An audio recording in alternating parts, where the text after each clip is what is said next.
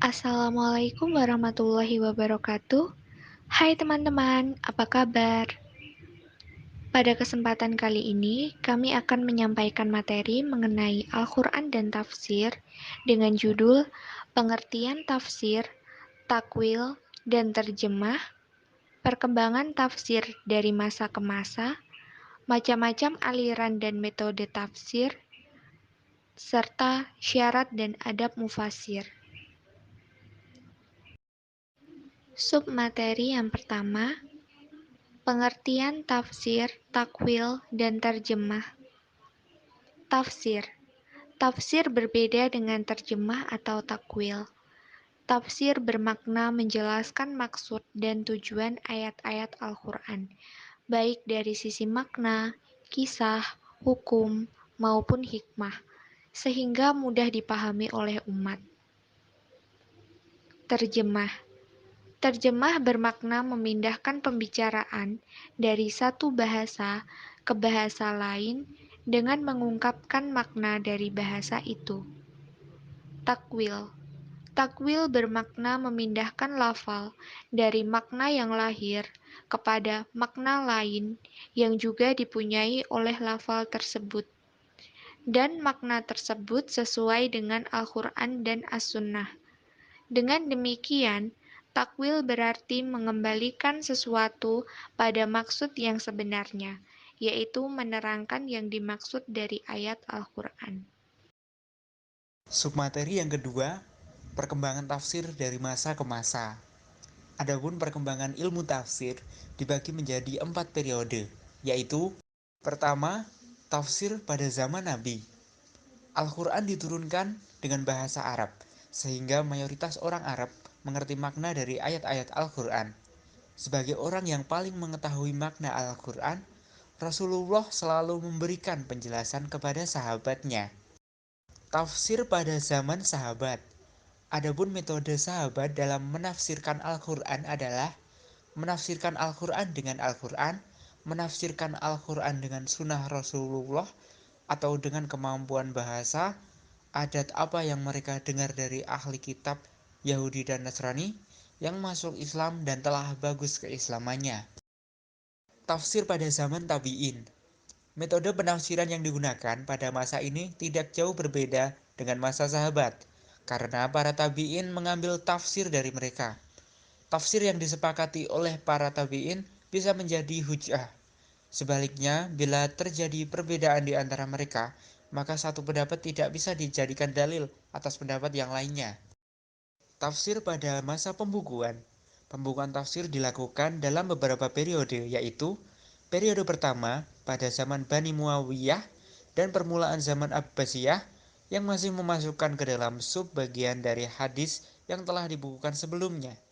Periode kedua, pemisah tafsir dari hadis dan dibukukan secara terpisah menjadi satu buku tersendiri. Periode ketiga, membukukan tafsir dengan meringkas sanadnya dan menukil pendapat para ulama tanpa menyebutkan orangnya. Periode keempat, pembukuan tafsir banyak diwarnai dengan buku-buku terjemahan dari luar Islam. Macam-macam aliran dan metode tafsir.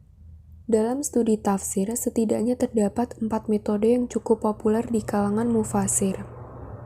Pertama, metode tahlili atau analistis. Metode tahlili adalah metode tafsir yang ayat demi ayat, surat demi surat, sesuai tata urutan Mushaf Utsmani dengan penjelasan yang cukup terperinci.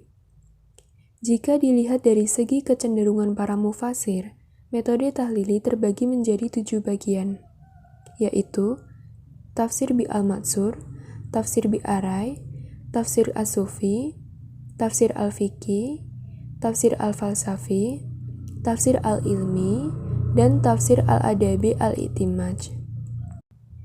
Kedua, metode ijamali atau global. Metode ijamali adalah metode tafsir yang menjelaskan ayat-ayat Al-Quran dengan cara mengemukakan makna yang bersifat global dengan menggunakan bahasa yang ringkas sehingga mudah dipahami. Ketiga, metode muqaran atau komparatif. Metode ini lebih bertujuan untuk menganalisis persamaan dan perbedaan dalam penafsiran Al-Quran, daripada menganalisis kandungannya. Keempat, metode maudu'i atau tematik.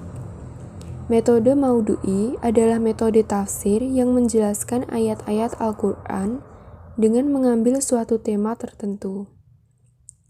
Kemudian mengumpulkan ayat-ayat yang terkait dengan tema tersebut, lalu dijelaskan satu persatu dari sisi penafsirannya. Dihubungkan antara satu dengan yang lain, sehingga membentuk suatu gagasan yang utuh dan komprehensif mengenai pandangan Al-Quran terhadap suatu tema yang dikaji. Submateri yang keempat, syarat dan adab mufasir. Syarat mufasir terdiri dari dua aspek, yaitu aspek kepribadian dan aspek intelektual. Aspek kepribadian terdiri dari akidah yang benar, tidak mengikuti hawa nafsu, berniat baik dan bertujuan benar, berakhlak mulia, bertawadu dan lemah lembut. Serta ada aspek intelektual, yaitu pengetahuan murni dan syarat manhajiyah atau yang berkaitan dengan metode. Adab mufasir. Yang dimaksud adab mufasir di sini adalah adab mufasir dalam menafsirkan Al-Quran. Pertama, riwayat dari Rasulullah. Berkenaan dengan riwayat dari Rasulullah ini, perlu diperhatikan juga kualitas riwayat tersebut. Kedua, perkataan seorang sahabat. Perkataan sahabat memiliki kedudukan tafsir yang sama dengan marfu kepada Rasulullah SAW. Ketiga, mengambil kemutlakan bahasa. Al-Quran diturunkan dalam bahasa Arab yang jelas. Maka dari itu, dalam menafsirkan Al-Quran harus berpedoman pada kaidah-kaidah bahasa Arab. Keempat, tafsir dengan petunjuk makna pembicaraan dan pemahaman yang baik dari sisi kekuatan syariat.